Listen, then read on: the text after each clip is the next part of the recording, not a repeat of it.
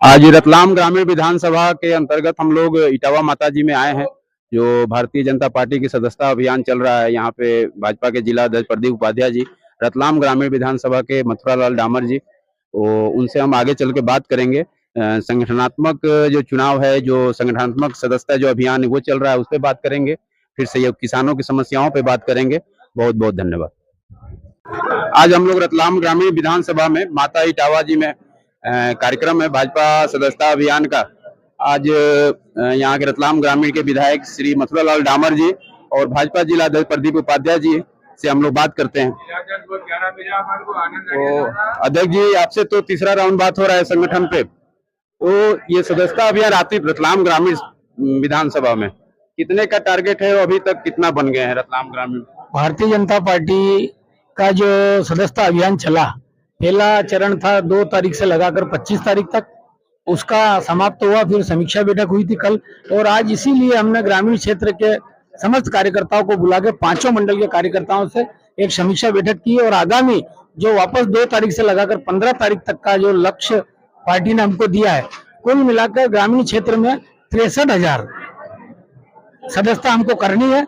उसमें 27,000 के लगभग 27,400 ऊपर कुछ सदस्य बन चुके हैं। और अभी जो बाकी का जो टारगेट बचा है, वो हमारे भारतीय जनता पार्टी के इस ग्रामीण क्षेत्र के सब जाबाज और जुझारू कार्यकर्ता है। और जिस प्रकार से आज हमने आह्वान किया है, और माननीय विधायक जी और हमारी पूरी टीम, 5 मंडल के हमारे अध्यक्ष, साथ ही हमारे जनपद के सदस्यगण, जिला पंचायत के सदस्य और भारतीय जनता पार्टी के समस्त संगठन के पदाधिकारी और प्रत्येक कार्यकर्ता कल से धुआंधार तरीके से लगेगा। और भारतीय जनता पार्टी ने जो हमको प्रदेश से 3 लाख का लक्ष्य मिला है, और विधानसभा का जो ग्रामीण विधानसभा का लक्ष्य 63,000 का मिला है, उसको पूरा करते हुए 70,000 ऊपर लगभग ग्रामीण क्षेत्र की सदस्यता हम करेंगे। और रतलाम ग्रामीण विधानसभा का कितने 67,000 63,000 का लक्ष्य है। पूरे रतलाम में आपका 3 लाख का टारगेट है, 3,23,000 का, और प्रदेश स्तर पे 2 करोड़ का आपका लक्ष्य है जी।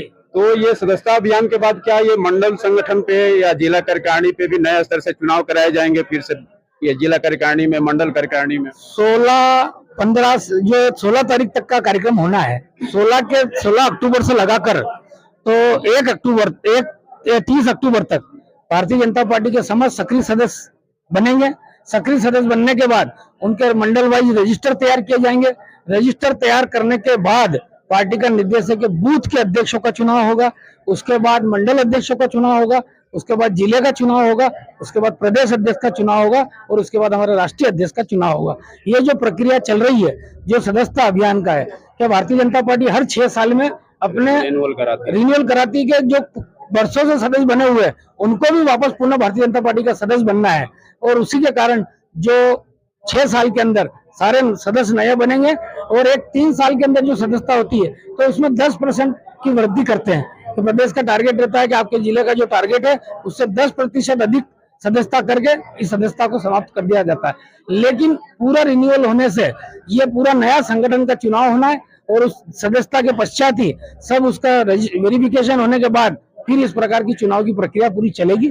और इस प्रकार ये जिला कार्यकारिणी और मंडल कार्यकारिणी का जो प्रक्रिया चलेगा, जो प्रदेश स्तर तक जाएगा, ये कब तक होने तक की यहाँ पे संभावना है कि रतलाम में कब तक हो जाएगा? जिस प्रकार से कि अक्टूबर तक हमारे सक्रिय सदस्य कंप्लीट हो जाएंगे, उसके बाद रजिस्टर बनना है। ये नवंबर महीने में, नवंबर महीने के प्रथम सप्ताह में हमारे रजिस्टर तैयार होंगे, और उसके बाद बूथ अध्यक्षों के जो चुनाव होना है वो होंगे। और उसके बाद जैसे जिस प्रक्रिया चलती रहेगी, जो पार्टी का एक कैलेंडर बन चुका है, वो धीरे धीरे हम एक कार्यक्रम को प्रसारित करते हुए हमारा काम चल रहा है। वो संगठनात्मक संबंधित हम लोग जिला अध्यक्ष प्रदीप उपाध्याय से बात किए।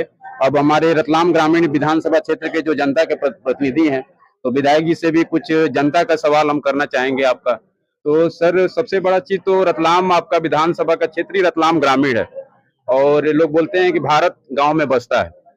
तो इस समय जो किसानों की सोयाबीन की फसलें खराब हुई हैं, हर गांव में आप देखेंगे कि बहुत ज्यादा फसलें अंकुरित हो गई हैं।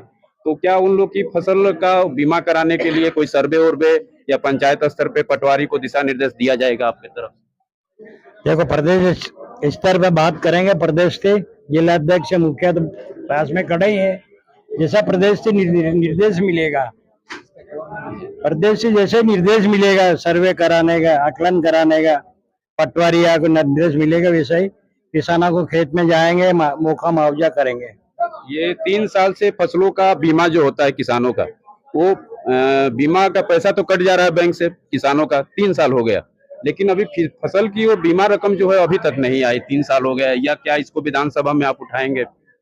बराबर उठाएंगे। 3 साल से बीमा राशि क्यों नहीं आई, कट रही तो क्या कारण है? तो एक बार हम लोग जिला अध्यक्ष जी से भी इस विषय में, जो फसल खराब हुए हैं अध्यक्ष जी, हालांकि आपसे संगठन का सवाल आप सारा चीज बेबाकी से जवाब दिए, तो जैसे फसल के, इसलिए हर गांव में मैं गया, कई गांव में तो अंकुरित हो गए हैं।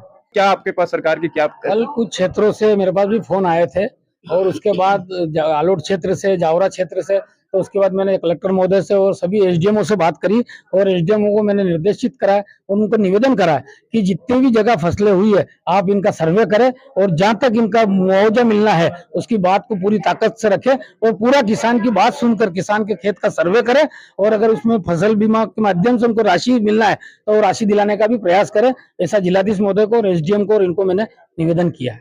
चलो भाई साहब, जिम लो।